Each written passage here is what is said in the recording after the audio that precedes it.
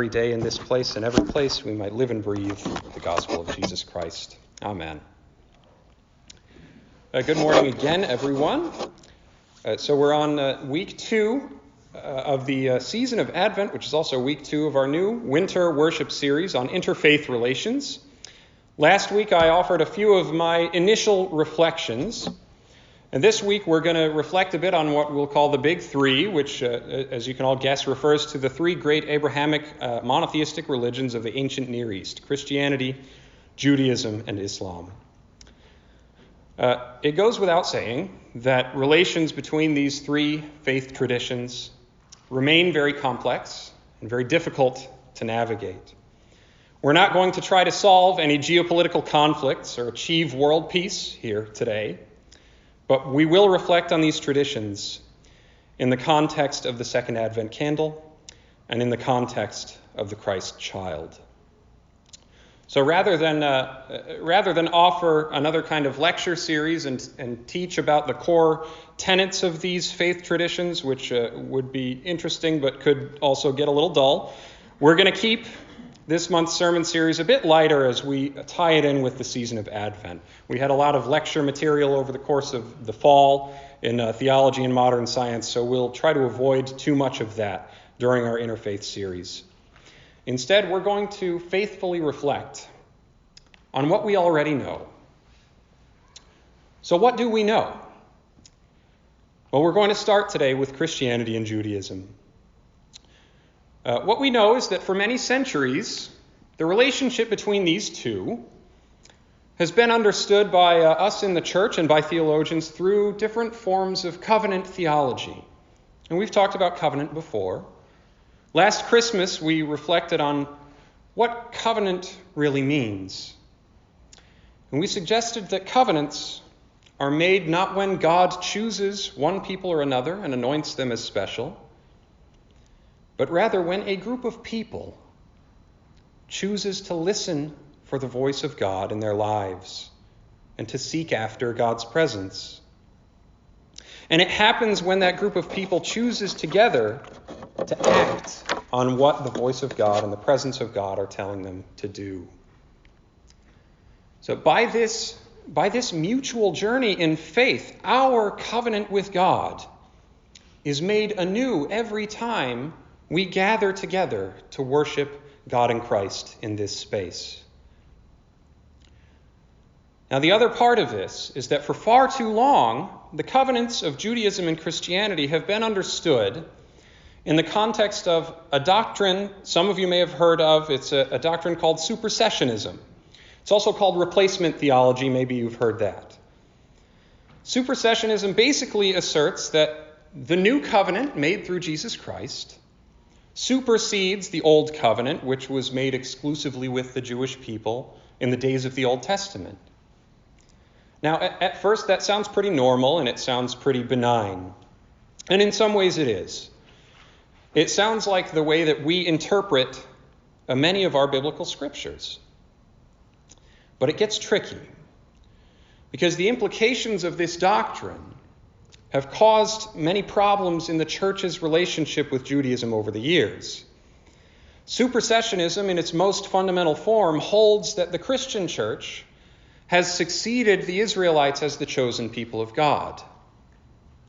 And in its most harmful form, it views Judaism as being in direct descent from that new covenant established through Jesus Christ. You can see where this leads us at times. This type of reading of Christian-Jewish relations has led to countless acts of anti-Semitism by Christians over the years, most famously and tragically, of course, during the Holocaust of the 1940s. Now, again, it goes without saying that not all Christians fully subscribe to that doctrine, or at least to the extreme versions of it that have led to such hateful acts. In fact, as a direct result of the harm that has been done to the Jewish community throughout the world, many Christian leaders, including Pope John Paul II, who famously worked to improve Christian-Jewish relations during the 20th century, many have embraced a different kind of covenant theology. As we've said, there are multiple types of covenant theologies flying around out there. The other one we're going to mention today briefly is often referred to as dual covenant theology. And you can sort of guess at what that is about. Dual covenant theology, unlike supersessionist theology, still sees the Old Testament covenant as valid for the Jewish community while also affirming the New Testament covenant for Gentiles. It does not see the two as mutually exclusive, but is more comfortable living with the sort of tensions and nuances that are created by them. Now, I don't claim to fully understand the depths and intricacies of these different covenant theologies. Suffice it to say that dual covenant theology seems to be more flexible, if not perfect, while the harm done by supersessionist theologies throughout history is pretty self-evident. Moving on from that, in addition, just as there is a version of supersessionist theology in Christianity, there is also a version of supersessionist theology in the Islamic tradition, that one being chronologically the third of the traditions to develop historically. Now, to be very clear before we go on, this does not refer to the radical factions of either faith tradition, to Islamic terrorism or to white supremacist hate groups. That's a comparison that we certainly could discuss, but that's not why we're here. So we're not going to get into that today. This refers to the traditional Orthodox branches of the mainline faith traditions of Christianity and Islam. In Islam's case, this would mean that the final and most authentic expression of the Abrahamic covenant with God is found in the doctrine of Tahrif, which teaches that the Quran presents the purest version of the divine message contained in Holy Scriptures, more so than the Hebrew or Christian scriptures that came before them. One other thing that we want to observe today, in talking about these different theologies, what remains true is that all of these faith traditions draw from the same Abrahamic heritage, and all have treatments and interpretations of each other's scriptures as a part of their collective doctrines. In other words, there is a great deal that these faith traditions have in common, most notably the belief in one Creator God. Yet these commonalities and these shared ancestries often get overlooked, and understandably, in light of the tensions that exist in our world today. One other thing I want to mention this morning as we reflect that complicates all of this further, and we've already hinted at this, it's one of the most important parts we have to remember. There is a wide variety of theologies within each of these faith traditions that differ vastly from one another. For instance, just as there are Orthodox and post-Orthodox understandings of Christianity, so too are there in Judaism and Islam. And just as there are more conservative and more progressive readings of New Testament scriptures in the Christian tradition, so too are there of the Hebrew scriptures in Judaism and of the Quran in Islam. So last week, I shared some of my initial thoughts, and among those, I had two key observations. The first was that we have to redraw many of the boundaries in our minds as we engage in thought and reflection on other faith traditions. And second, as a result of redrawing those boundaries, we must remember and realize that there are millions and millions of peaceful, ordinary, faithful people across these faith traditions with whom we still have a great deal in common.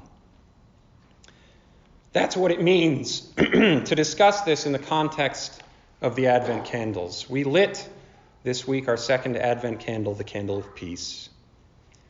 We invite the Christ child into our lives and into our hearts once again. Because we know, and we've paraphrased this quote before, in order to have peace among nations, there must be peace first among peoples. Before there's peace among peoples, there must be peace among neighbors. Before there's peace among neighbors, we must have peace among ourselves and in our own hearts. that will never stop being true. And this is what the Christ child can do for us. When we reflect on these faith traditions and when we talk about peace among peoples and nations, we do it for multiple reasons. It is not that we are under any illusions about how complex this world is, or how full of conflict God's creation is, or that we are in denial about the many challenges we face. That would be a disservice to our cause as Christians. No, when we talk and preach and practice peace, it is not only the hopeful promise of a better world or a better life here on earth that we envision. It is the promise of salvation in being transformed from within, in being made anew in the presence of the Christ child. It's another slightly shorter message this week.